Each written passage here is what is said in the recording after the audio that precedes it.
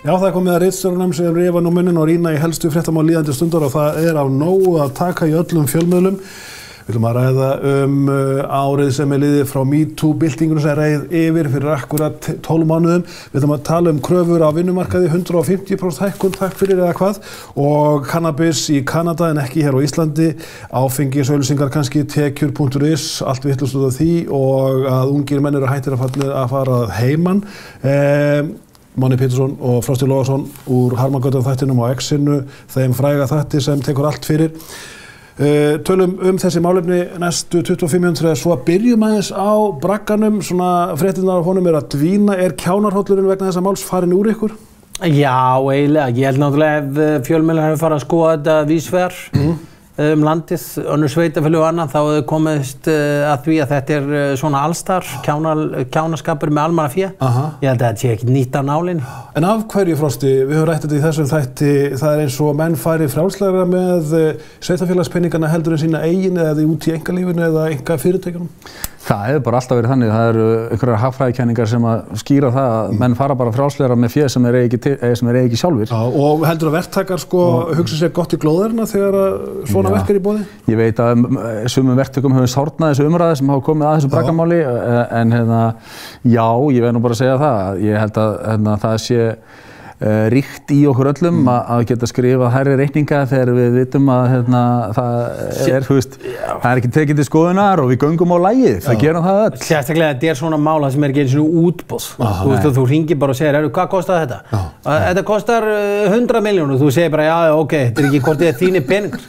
Þú rukkar alltaf upp í topp, það sem þú getur rukkar upp í topp, sjálfsögðu. En þetta svona dæmi þar sem að stjórnmálamennir hafa náð að láta hlutina fjara út og þess að einhversi látinn axla ábyrgð, það var nú dreginn einn rólfur fram í dagsljósið sem hafði sem betur fer hægt svolítið áður en hann var tilbúinn til að axla allir ábyrgð á þessu og þar með á málunum bara lokið. Það var eiginlega mesta kómíkin í þessu. Það var búið að dusta ríkið einhverju gæði sem var hættur og hann var til í að taka alla ábyrgðina á sig, bara ég tek ábyrgð á þessu. Og framvegis svona máli verður alltaf leitað einhverjum rólfi. Til að henda undir rútuna. En ár frá MeToo-byltingunum sem reið yfir sællar minningar fyrir á að giska 12 mánuðum réttum. Hvað það besta, Frosti, við þessa byltingu, því þetta sannkölluð bylting? Besta við þetta klárlega það að konur hafa fundið eitthvað takt í því og þor til þess að segja hinga ekki lengra á stopp sem það virðist ekki að hafa gert áður. Því miður, þá hefur þetta fengið að grasserast og lengi kynferðislega áreitni fárra manna vil ég samt meina. Ég sagði það í upphafi þessari byltingar og það svona ég var að tala um þetta í morgun einmitt, það eins og með afbrotafræði alla, að þú skoðar tölfræði afbrotafræðinar, þá eru það langflestir sem brjóta ekki af sér, það lítill hluti sem að sér afbrotin og svo ennþá minni hluti sem að sér ítrekuð afbrot, svo kallar síbrotamenn. Þetta alveg eins með kynferðislega áreitni og langflestir taka engan þátt í slíku athæfi, en svo eru fáir sem gera það og ennþá færri sem gera það oft og ítrekkað og langflestur stærsti hluti kvenna hefur lent í þeim. Akkurat, en mér finnst þessi bylting vera nokkuð almenn og víðtæk. Það líka verið að taka tillit til svona vinnustaðamenningar þar sem minna hlusta á konur, þeirra hugmyndir sagða slappari heldur en kallana þó að þeir kunni vera með ömurlegar hugmyndir, þá þeim alltaf hampað. Þeir eru með hærri laun og svona orðfærið á vinnustöðum svolítið kallagt og hefur verið og við höfum svolítið vaknað til vitundur þetta eftir þessa byltingu. Já, ég veit ekki hvað ég á að lesa í það ég veit ekki, við erum nú eiginlega aðalega að vinna á kallavinnu það en þú veist, ég veit ekki hvort það eitthvað kallagt og hvernig sú umræða á sér stað og annað. Varðandi hugmyndir að þú ætlar að reka gott fyrirtæki sem í einhverju þjónustu fyrir almenning, kalla og konur, þá hlýtur náttúrulega að mynda stjórn sem að hluta til kallar og hluta til konur. Það hlýtur alltaf að vera þannig. Skapa jafnvægi. Já, sérstaklega þú ætlar að reka gott fyrirtæki. Þá viltu fá sjónarmið beggja að borðinu. Og þá hlýtur alltaf að vera að þú hlustir á báða. Ég held að þetta sé náttúrulega að einhverju leyti á undanhaldi þessi kallamenning. kom samt óvart sko þegar það kom nýlegt dæmi upp í Orkuveitu Reykjavíkur í slíku fyrirtæki. Ég veit að í okkar fyrirtæki myndi svona eins og haft var eftir þessum manni, það myndi aldrei líðast. En kemur það kannski ekki á óvart, myndi ég segja með Orkuveituna því leyti að það virðist vera lenskan, þau fyrirtæki sem garga mest og eru svona mest duglegir bara að auglýsa hvað þau eru jafnrétti sinni. Ég held að það sé mest í sko ófögnuðurinn þar. Þar séu flestu beinagrindunar í skápnum, það er oft þannig. Orkuveita var náttúrulega búin að fara mikið á sínu samfélagsmiðlum hvað þeir veru jafnrétti sinnaðir og flott fyrirtæki og annað og síðan hvað þetta náttúrulega í ljós og það virðist eiginlega oft vera bara lenskan. Það helst í hendur. Já, en Frosti, fylgifiskarnir, sumir segja að það með ekki grínast lengur samskipti kynjana. Ég vil hins vegar halda því fram bara að svona asnalegur húmor á ekkert endilega rétt á sér. Hann asnalegur og hann mun alltaf verða asnalegur. En sko fylgifiskarnir eru kannski ákveðin hræðsla hjá karlmönnum í svona almennu tali umgengni við konur. Hvað meigar og hvað megar. En málið að karlar hafa... Ég held að væri augljóst reyndar hvað þeir mættu og hvað þeir mættu ekki en þetta skapar hræðslu. Já, það er samt ekkert nýtt. Karlar hafa alltaf verið hræddir að tala við konur. Svona 70% karlar eru bara skíthræddir við konur. Brennivinn til þess? Já, verður þurfa að fá sér brennivinn til þess og þegar þeir loksins þoraði að nálgast þær þá segja þeir einhverja bölvaða vitleysu því að þeir eru logandi hræddir og stressaðir því að öll óttist við höfnun. Það er það sem óttist mest í lífinu.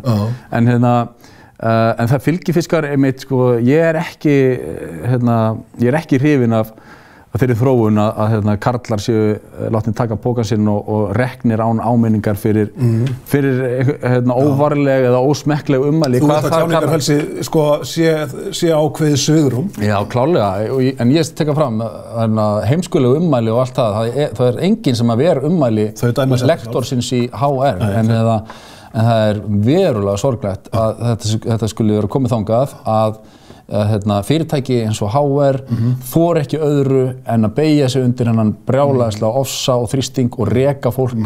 Mann sem hefur starfað hérna í 19 ár, hann er 64 ára gamall, hann getur hvergi annars staðar fengið vinnu, og þú veist, hann var ekki í einhverju persónunýði eða neitt, hann var að tala almennt inn á lokuðu spjalli, fyrir utan það, þetta er ekki jákvæður fylgifiskur. Einn ágæð sem máls það að feministar á báðum kynjum eru svolítið harðvítugir við að etja eftir þessa byltingu sem að mörgu leyti tókst að mínu viti.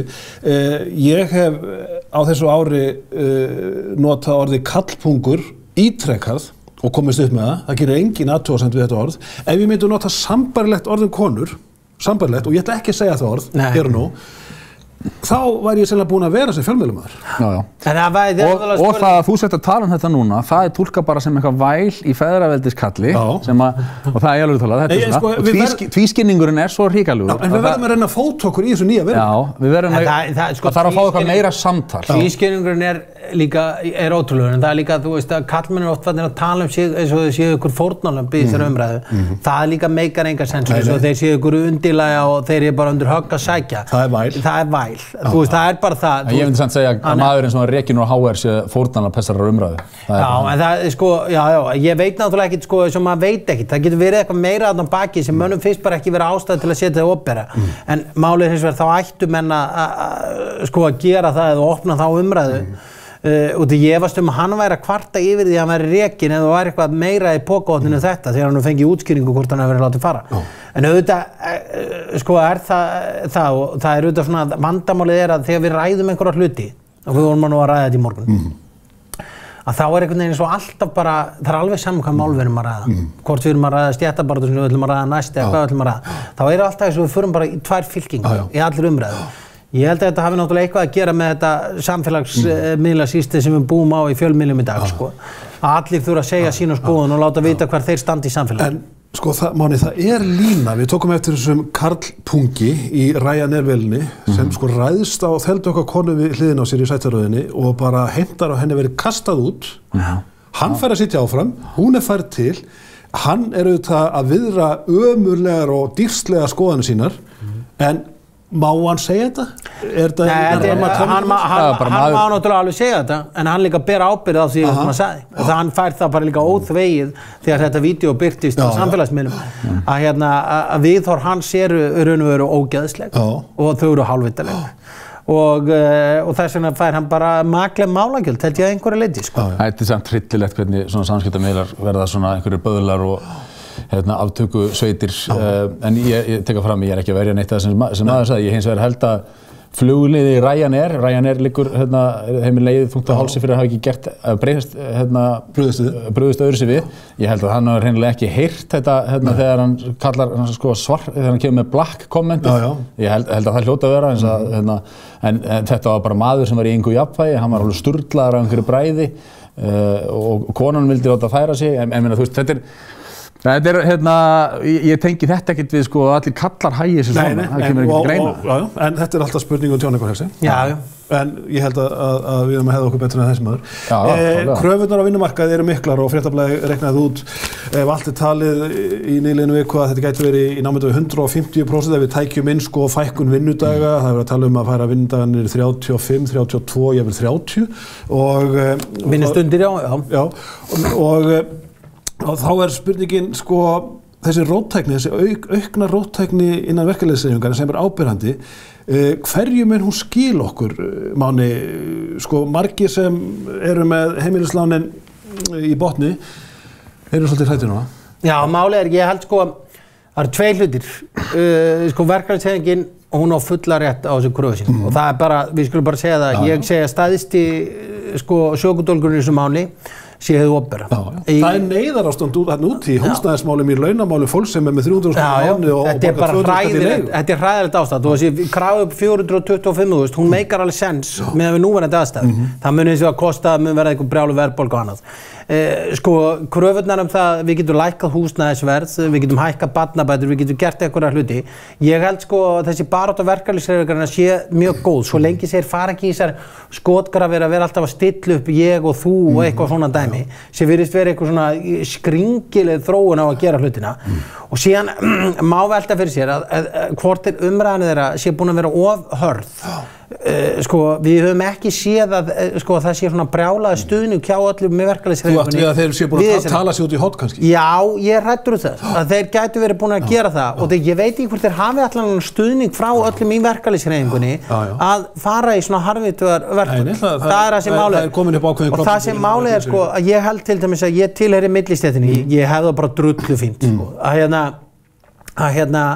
að ég til dæmis segja að þeir eru svona, og ég stend með verkalýðshreyfingunni og þeir láglaunu að þeir fá almennileg laun og þetta verða að vera í lagi.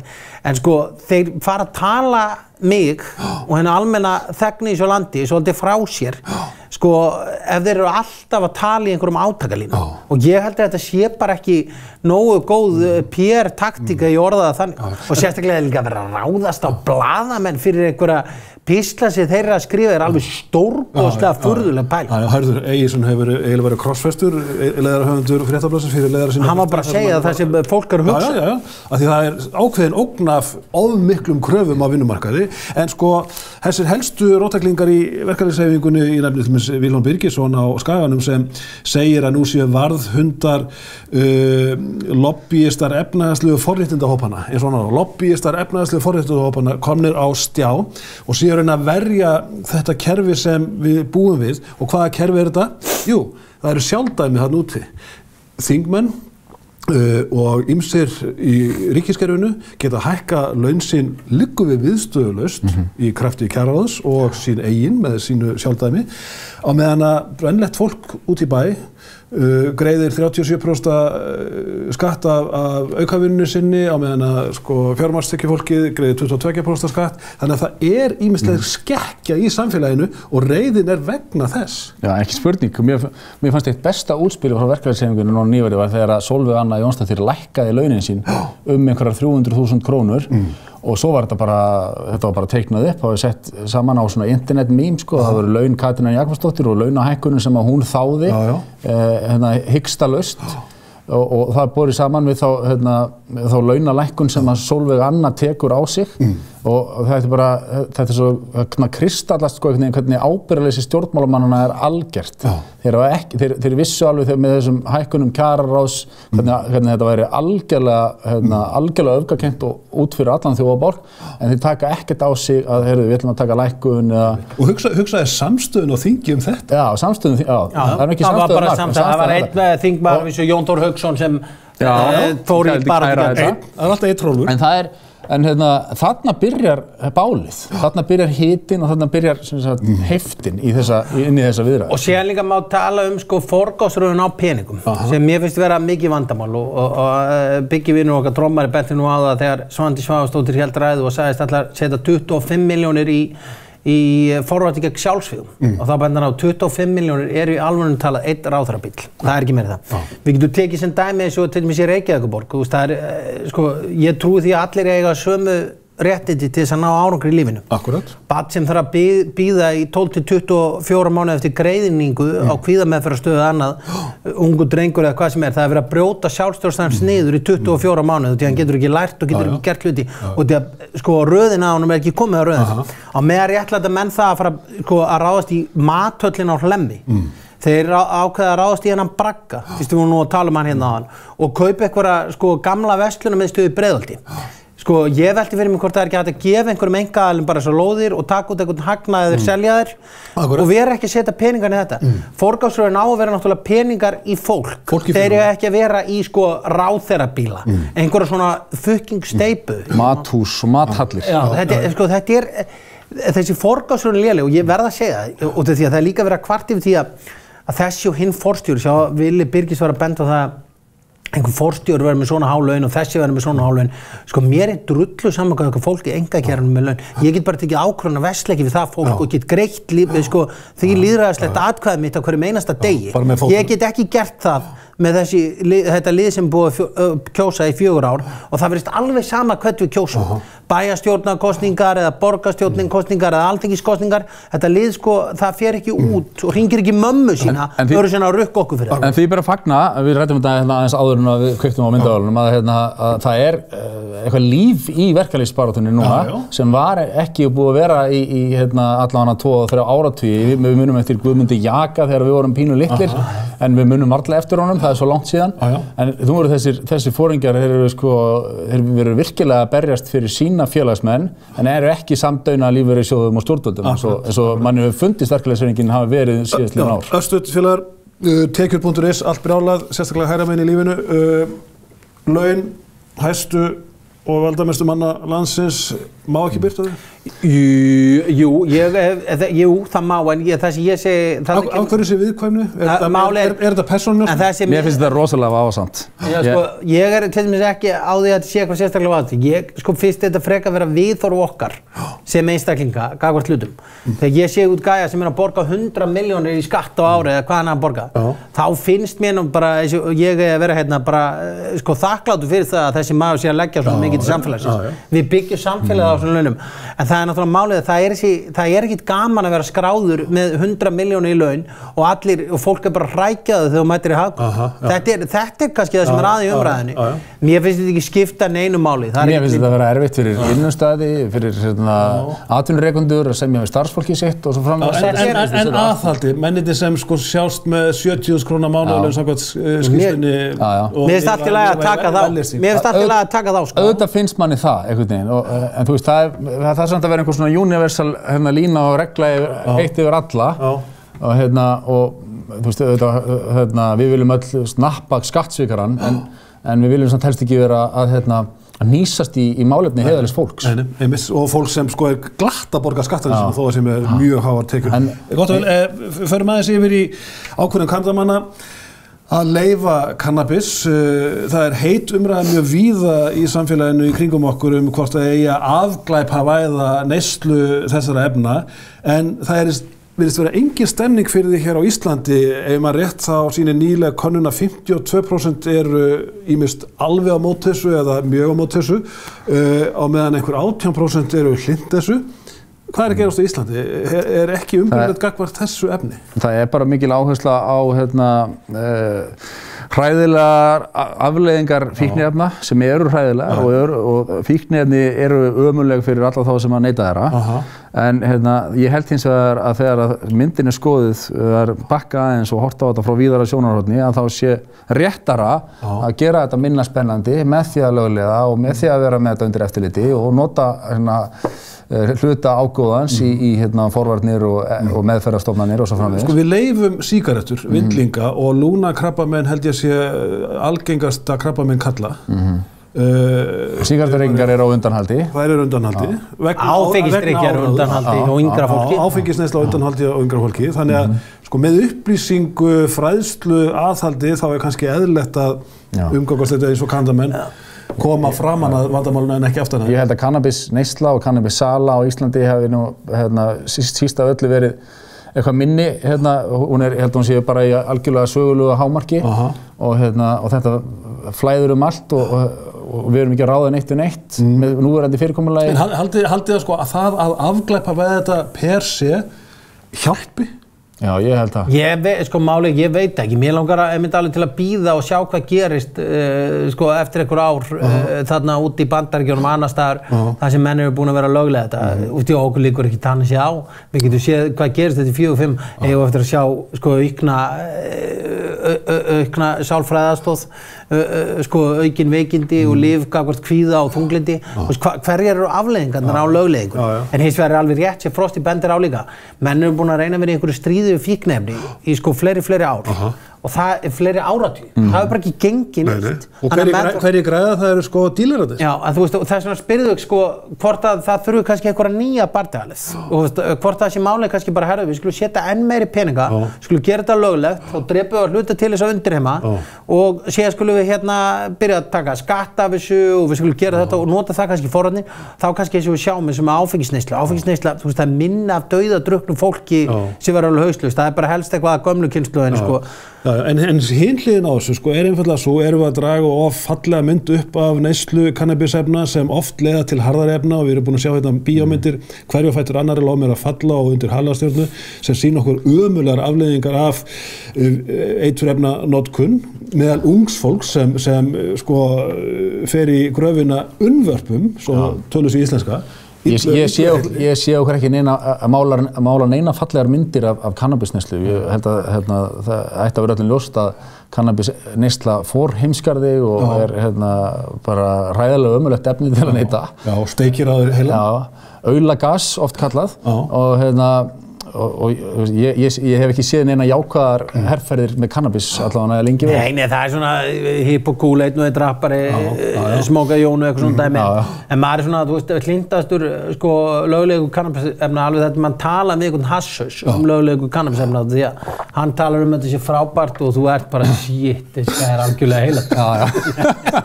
Östuð að lokum, íslenskir ungir karlmenn, þeir eru hættir líka við að fara að heiman. Já, samkvæmt tölum Hagstofunnar. Það komið stórt bíl á milli stelpna og stráka, hvað varðar að yfirgefa hreiðrið? Já, það er líka launabíl fólks á 30 og 40 aldri, það eru konur búin að taka fram úr og hærri laun heldur en strákarnir. Og þeir þurfa þess vegna að vera lengur í hreyfingu. Launavottun bjargar þessu nú fljótlega. Já, hún mun rétta þetta við. En þetta já, og auðvitað, þú veist, strákarnir eru minna háskólagengnir, þeir læra minna og það er bara, það virðist vera... Og hanga bara heima í tölvuleik. Já. Fram eftir 40 aldri. Það er ekki sérlega bjart við Bethlehem hjá þessum hópi fólks, ungu körlunum okkar. Þeir bara kunna vel við sig á mömmu, það er ekki bara máli. Ég veit ekki, það hlýtur að vera einhver útskýring á þessu, ég veit ekki hver hún er. En ertu hræddur við þetta? Ég? Já. Nei, ég það nú ekki, synir mínir eru svo rosalega skemmtilegir, ég er alveg til í að hafa þá lengur, maður þetta er bara helst að koma sér í tveggjaða hús, við erum búin að vera að leita af því lengi, sem við getum bara sett drengina niður og við verðum á efri hæðinni, í frí, Þannig að ég þar svo sem þeir eru á svo góðum aldri mínir, þetta er nú verra fyrir Frosta, hann verður aðna hjá þér, þú voru áttræður, Það verður gaman. Gott og vel, við skulum segja þetta gott af fréttum vikunar og síðustu dagra. Þar er að mörgu að taka í ágætum íslenskum fjölmiðlum, hvort heldur þeir heita útvarp, sjónvarp, vefur eða dagblöð og tímaritt. En við höldum áfram með þáttinn hér eftir andartak. Bestu þakkir Máni og Frosti fyrir ykkar innlegg í þjóðmálaumræðuna þessu sinni. En 21 frétta og umræða þáttur heldur áfram innan skams.